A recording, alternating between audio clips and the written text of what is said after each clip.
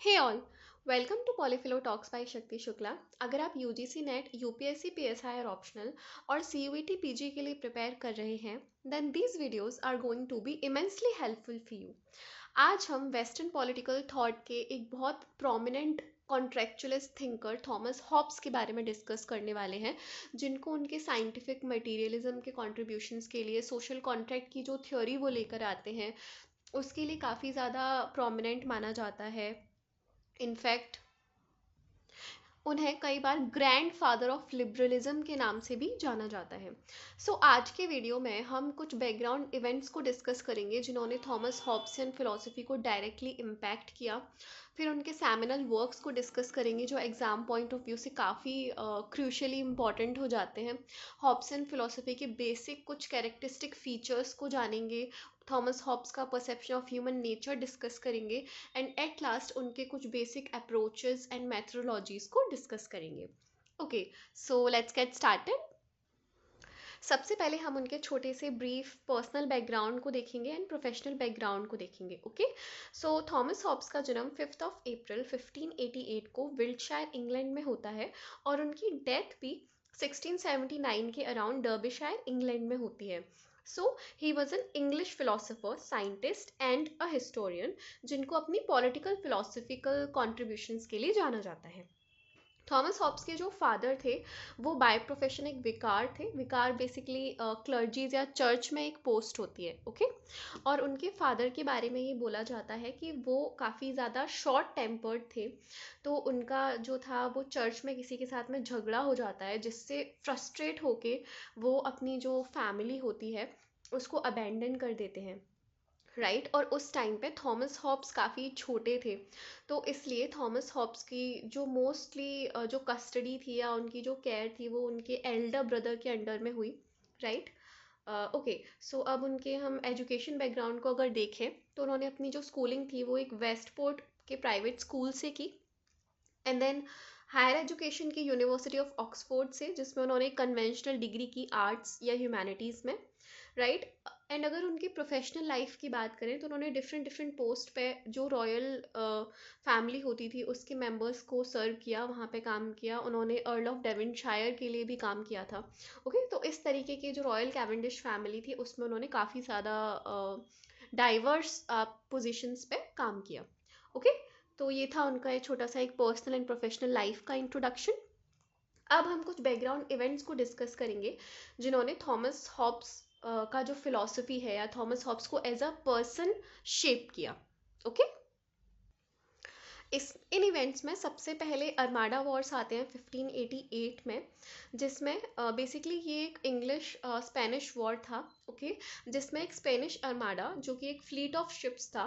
Right, fleet as an एक group of ships होता है। जैसे आप नेवी ड्रिल्स देखेंगे तो उसमें बहुत सारे जो शिप्स होते हैं ना वो एक रो में अरेंज किए जाते हैं, खड़े होते हैं अटैक करने के लिए। राइट, तो उनको एक फ्लीट बोला जाता है। तो स्पेनिश अरमाडा जिसको फ्लीट ऑफ शिप के लिए यूज़ किया है जो टर्म, तो स्पेनिश अरमाडा जो था वो King Philip second of Spain ने भेजा था इंग्लैंड को इन्वेड करने के लिए। बट इस वॉर में इंग्लिश जो था यानी कि जो ब्रिटेन था वो जीत जाता है, अरमाडा को वो डिफीट कर देते हैं स्पेन को। ओके, सो अगर आप ये वॉर का ईयर नोटिस करें तो ये 1588 है जो थॉमस हॉब्स का बर्थ ईयर भी है। राइट, तो यानी कि वो एक वॉर टॉन सोसाइटी में जन्म लेते हैं और इन्हीं कुछ रीजंस की वजह से ये जो कुछ इंस्टेंसेस थे इनकी वजह से उनका एक कोड भी आता है कि fear and I were born twins. क्योंकि जब भी आप देखेंगे कि वॉर टॉन सोसाइटी में जो एक लाइफ होता है, एक परसेप्शन ऑफ ह्यूमन नेचर होता है, वो काफ़ी ही ज़्यादा सर्वाइवल ओरिएंटेड होता है और वो दूसरे जो लोगों को एक थ्रेट की तरह देखते हैं। राइट, तो इसी वजह से आप आगे देखेंगे कि थॉमस हॉब्स का जो परसेप्शन है ह्यूमन नेचर को लेके वो बहुत ज़्यादा पेसिमिस्टिक होता है, निराशावादी होता है, जो थॉमस मैक्यावली से काफ़ी ज़्यादा हमें सिमिलर देखने को मिलता है। ओके, नाउ सेकंड एक बहुत प्रोमिनेंट इवेंट है प्यूरिटन रिवॉल्यूशन, जिसने डायरेक्टली इम्पैक्ट किया इंग्लिश सिविल वॉर को जो 1642 से 49 या 51 तक चला। ओके, सो प्यूरिटन बेसिकली एक रिलीजियस रिफॉर्म मूवमेंट था जो 16 से 17 सेंचुरी तक चलता है। चर्च ऑफ इंग्लैंड के ऊपर जो रोमन कैथोलिक इन्फ्लुएंस था उसके अगेंस्ट में ये मूवमेंट हुआ था।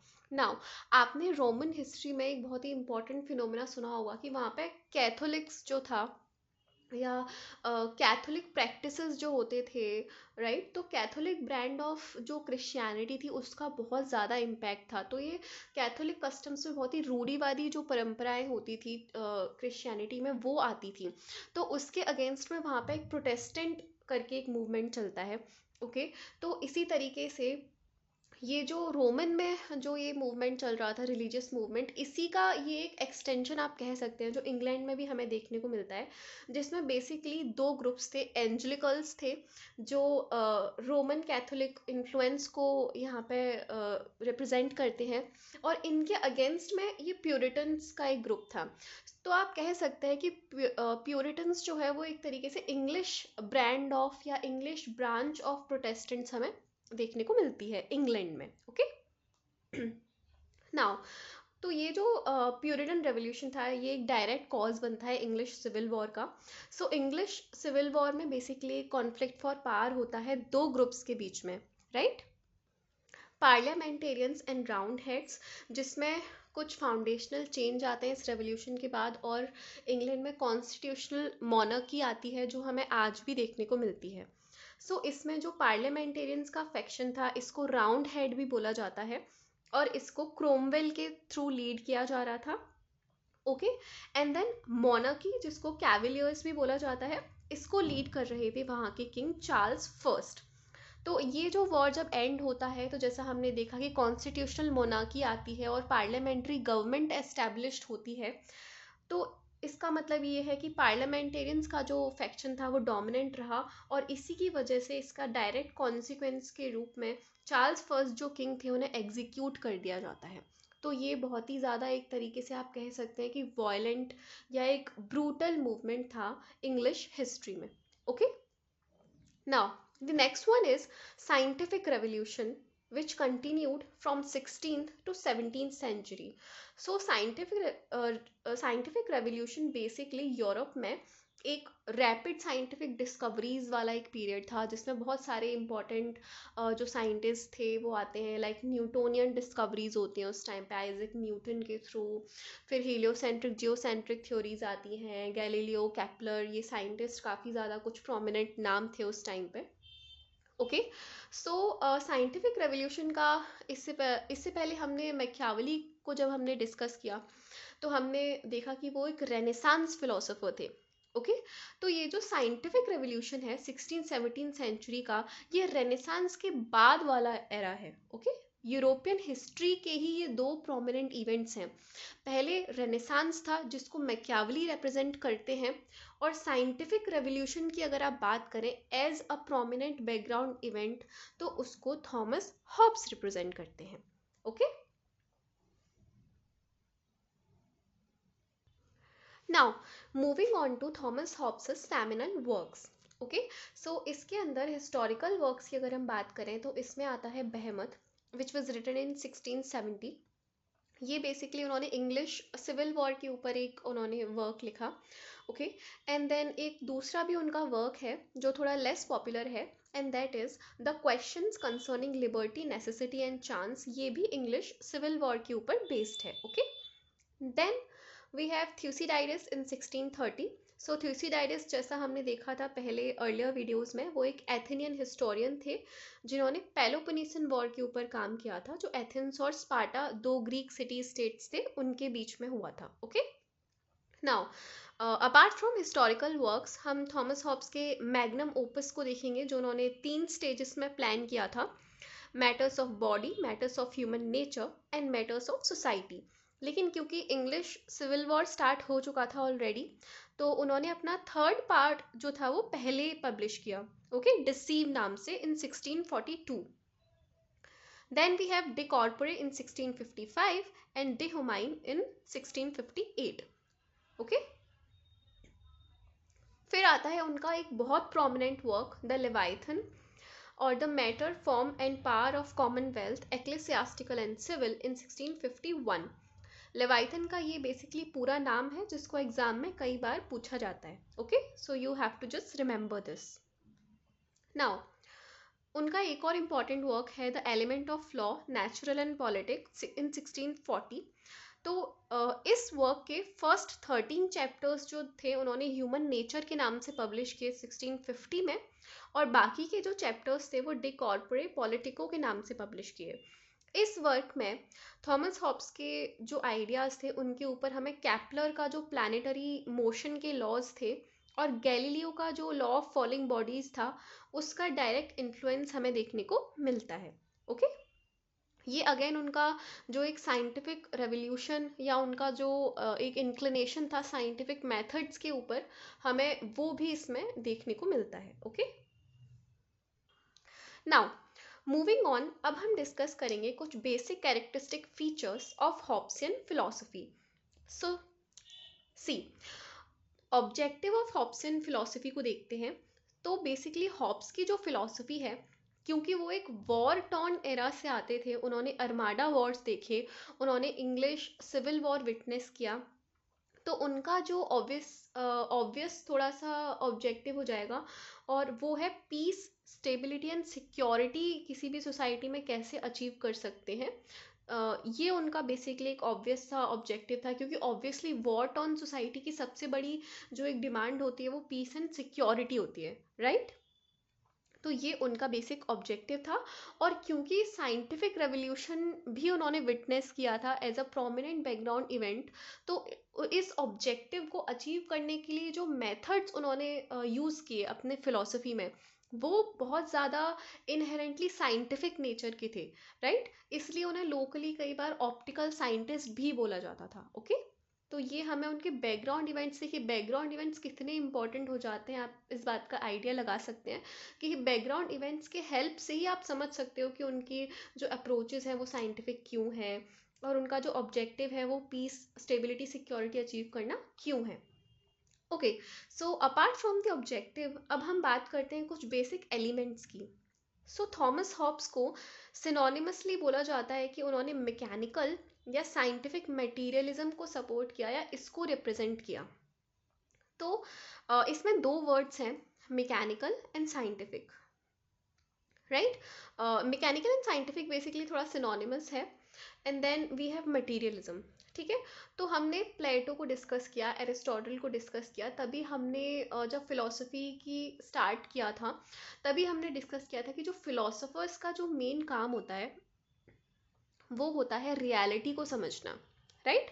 जब आप नॉलेज की भी बात करते हैं तो नॉलेज का जो अल्टीमेट पर्पस है वो है द कॉन्शियसनेस ऑफ रियलिटी, कि आप रियलिटी को कितने अच्छे से समझते हैं.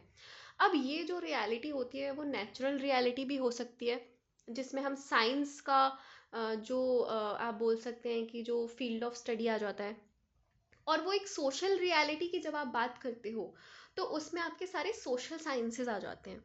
पर अल्टीमेटली जो एक ऑब्जेक्टिव है नॉलेज का, फिलॉसफी का, वो है आप रियलिटी को किस तरीके से परसीव करते हो, किस तरीके से समझते हो, राइट. तो जब आप रियलिटी को परसीव करते हो तो आपके दो अप्रोच होते हैं.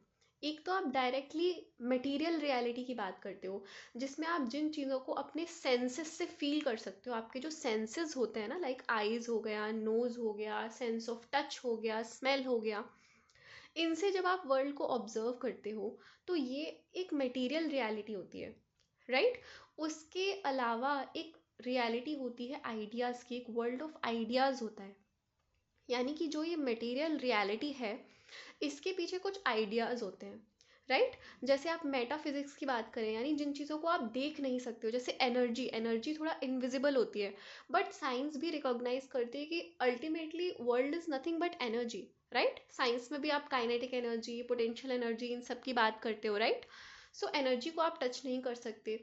तो ये एक ब्रॉड स्फीयर आता है, एक रियलिटी ऑफ आइडियाज़, एक आइडियल रियलिटी या एक वर्ल्ड ऑफ आइडियाज़ हो गया. ओके, तो यहाँ पे फिलोसोफर्स के दो सेगमेंट्स होते हैं, ठीक है. तो इसमें जब आप मटेरियल रियलिटी की तरफ इंक्लाइंड होते हो, इसकी तरफ आपका झुकाव होता है, तो वो एक मटेरियल लाइन ऑफ फिलॉसफी में आ जाता है।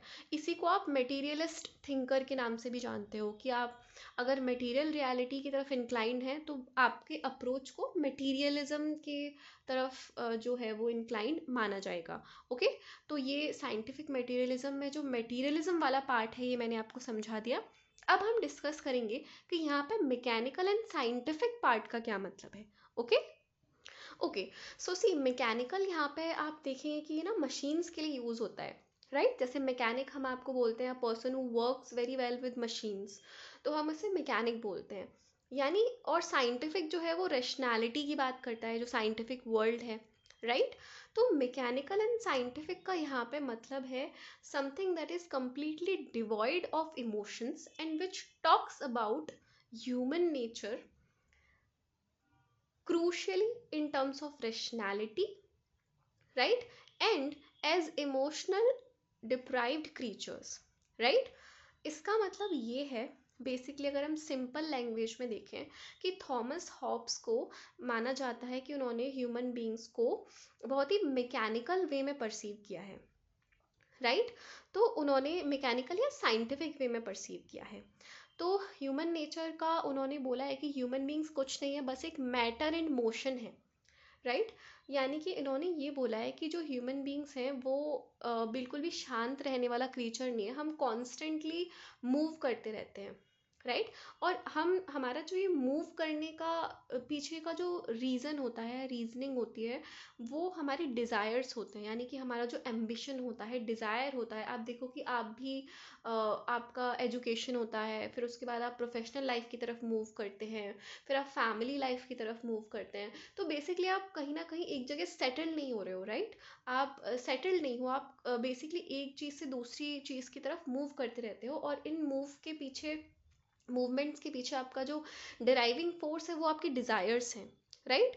तो थॉमस हॉब्स ने सिंपली बोला कि ह्यूमन बींग्स बस एक मैटर इन मोशन है, और ये फ्यूल होते हैं इनके मूवमेंट्स, इनके जो डिज़ायर या एम्बिशंस होते हैं उनसे, राइट। और ये जो मोशन को भी उन्होंने दो पार्ट्स में क्लासीफाई किया, यानी मैटर इन मोशन में जो मोशन है, जो हमारे मूवमेंट्स हैं, जो इनहेरेंटली डिज़ायर्स की वजह से हो रहे हैं, उनको भी दो पार्ट्स में डिवाइड किया, vital motions and voluntary motions. Okay, so vital motions होते हैं आपके जो आपको ज़िंदा रखने के लिए ज़रूरी हैं, राइट। जो आपका नर्वस सिस्टम वर्क करता है, जो आपका एक वर्ल्ड ऑफ बायोलॉजी जो वर्क करे आपकी ह्यूमन बॉडी को अलाइव रखने के लिए, प्रोटेक्ट करने के लिए, तो वो आपके वाइटल मोशंस हैं। और उसके बाद में जो वॉलेंट्री मोशंस में आएंगे, आपके ये जो डिज़ायर की वजह से जो आप मूवमेंट्स कर रहे हैं, जो एक्शंस कर रहे हैं, वो आएंगे वॉलेंट्री मोशंस में। अब इन वॉलेंट्री मोशंस को भी थॉमस हॉब्स ने बोला है कि ह्यूमन बीइंग जब मूव भी करता है, यानी कि वो डिज़ायर भी करता है, तो वो हमेशा प्लेजर अचीव करना चाहता है, राइट। अब ये जो प्लेजर वाली बात की है इन्होंने, कि वो हमेशा पेन को अवॉइड करना चाहता है और प्लेजर सीख करना चाहता है, तो आगे चल के जब आप बेंथम को पढ़ेंगे, मिल को पढ़ेंगे, और आप यूटिलिटेरियन फिलॉसफी को पढ़ेंगे, तब आपको काफ़ी सिमिलर लगेगी थॉमस हॉब्स की जो ये वॉलेंट्री मोशन वाला जो ये डिस्क्रिप्शन है। तो इसीलिए थॉमस हॉब्स को एक प्रिमिटिव यूटिलिटेरियन भी बोला जाता है, कि उन्होंने उस टाइम पर बेंथम एंड मिल से पहले भी जो एक प्रेमाइज थी यूटिलिटेरियनिज्म की, वो रखी अपने जो एक मैकेनिकल परसेप्शन था ह्यूमन नेचर में, उसमें। ओके, सो ये था आपका साइंटिफिक मटेरियलिज्म, कि ह्यूमन बींग्स उन्होंने काफ़ी मैकेनिकल वे में परसीव किया, और उन्होंने मटेरियल साइड ऑफ रियलिटी की तरफ वो इंक्लाइंड थे, तो वो साइंटिफिक या मैकेनिकल मटेरियलिज्म को रिप्रेजेंट करते हैं। एंड देन नॉमिनलिज्म आ जाता है। तो नॉमिनलिज्म भी अगेन कुछ नहीं है, वो है कि world of ideas and world of matter में, यानी अभी हमने जो रियलिटी के दो पार्ट्स देखे, उसमें अगर आप मैटर की तरफ इंक्लाइंड हैं तो आप फिलोसफिकल नॉमिनलिज्म को रिप्रेजेंट करते हैं। Okay, and then we have psychological egoism या रेडिकल इंडिविजुअलिज्म, ओके, जिसको कई बार बोला जाता है एटॉमिक सोसाइटी। सो अब एटॉमिक सोसाइटी क्या होती है, कि आप किसी भी जो आपके पास में मैटर होता है, कोई भी ऑब्जेक्ट होता है, आप उसकी अगर केमिकल कॉम्पोजिशन को देखो तो उसमें एटम्स होते हैं, राइट। तो जो सबसे जो छोटे पार्टिकल्स होते हैं, फिर उसको भी आप अगेन वो साइंस, कोर साइंस में नहीं जाते हैं। सो एटॉमिक सोसाइटी का मतलब होता है इंडिविजुअलिस्टिक सोसाइटी। ओके, जिसमें हम सोसाइटी एज अ ग्रुप नहीं देख रहे हैं बट सोसाइटी को as a group of atoms, as a group of individuals देख रहे हैं। तो हम इंडिविजुअलिस्टिक जो आइडिया है उस पर ज़्यादा फोकस कर रहे हैं। तो ये एक एटॉमिक सोसाइटी का कंसेप्शन है, रेडिकल इंडिविजुअलिज्म का कंसेप्शन है जिसमें थॉमस हॉब्स बिलीव करते थे। एंड साइकोलॉजिकल ईगोइज्म बेसिकली है कि जिन्होंने जैसे वॉलेंट्री इमोशंस के बारे में जब थॉमस हॉब्स ने बात की है तो उन्होंने बोला है कि ह्यूमन बींग्स किस तरीके से डिज़ायर्स एंड एम्बिशंस के अकॉर्डिंग मूवमेंट्स करते हैं, एक्शंस करते हैं। तो बेसिकली ईगो को रिप्रेजेंट करा है कि आपके जो डिज़ायर्स हैं वो आपके मूवमेंट्स को फ्यूल कर रहे हैं। तो ये थोड़ा सा ईगोइस्टिक डिस्क्रिप्शन है ह्यूमन नेचर का, जो हमें मैकियावेली की भी फिलॉसफी में देखने को मिलता है। ओके,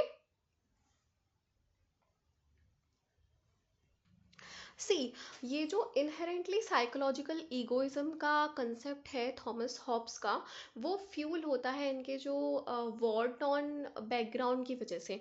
इन्होंने अर्माडा वॉर्स विटनेस किए, इन्होंने प्यूरिटन रिवोल्यूशन देखा, इंग्लिश सिविल वॉर को विटनेस किया।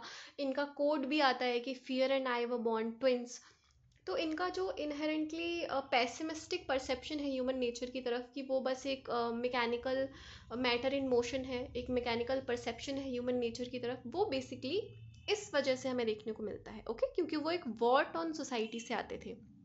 ओके, एंड उनके जो ऑब्जेक्टिव था वो, क्योंकि वॉर ऑन सोसाइटी से आते थे अगेन, तो वो था बस एक पीस, स्टेबल और सिक्योर सोसाइटी को अचीव करना। और उसके लिए जो उन्होंने मैथडोलॉजीज यूज़ किए वो साइंटिफिक थे। तो अब हम थोड़ा सा डिटेल में उनके जो इम्पोर्टेंट मेथड्स हैं, अप्रोचेस हैं, उनको डिस्कस करते हैं। Okay, okay, so under Thomas Hobbes' scientific approaches, we have resolutive compositive method and geometrical and demonstrative reasoning. Okay, so firstly, resolutive and compositive method है। तो इसके अंदर क्या होता है कि बेसिकली हमें किसी भी जो फिनोमिना को समझने के लिए हम उसे कुछ पार्ट्स में डिवाइड करते हैं, राइट, और उस पार्ट्स को हम सेपरेटली एनालाइज करते हैं, उनसे सेपरेटली कंक्लूजन्स ड्रॉ करते हैं, और इस तरीके से हम किसी भी ब्रॉड फिनोमिना को अच्छे से समझ सकते हैं। तो ये जो मैथडोलॉजी है वो गैलीलियो एंड फ्रांसिस बेकन से डायरेक्टली इंस्पायर्ड थी। Okay, now we have geometrical and demonstrative reasoning, जो कि यूक्लिड से इंस्पायर्ड थी। ओके, सो इसमें बेसिकली एक अजम्पशन होता है जिसके बेसिस पे आप कंक्लूजन ड्रॉ करते हो, फिर अनदर कंक्लूजन ड्रॉ करते हो, और ये प्रोसेस रिपीट होता है जब तक आप एक फाइनल कंक्लूजन ड्रॉ नहीं कर लेते जो सेंसिबल हो। ठीक है, सेंसिबल इनफ हो किसी भी फिनोमिना को समझने के लिए, जो रैशनल हो। Okay, so as we discussed कि ये यूक्लिड से उन्होंने लिया था, तो ये उनके प्रोमिनेंट साइंटिफिक अप्रोचेस हैं। तो इनका बेसिकली कंसेप्ट बहुत सिंपल है और आपको इसका नाम काफ़ी याद रखना है। लाइक रेजोल्यूटिव कंपोजिटिव मेथड उन्होंने गैलीलियो एंड फ्रांसिस बेकन से लिया, right, and geometrical and demonstrative reasoning Euclid से इंस्पायर्ड थे। ओके, तो ये उनके प्रोमिनेंट साइंटिफिक मेथड्स थे। ओके, सो आई थिंक आज का वीडियो काफ़ी ज़्यादा लॉन्ग था, बट हमने उनके seminal works, scientific approaches, perception of human nature को काफ़ी डिटेल में डिस्कस किया। सो इसी के साथ क्लास को एंड करते हैं। Okay, let's call it a day, and please like, share and subscribe Polyflow Talks for more videos like this.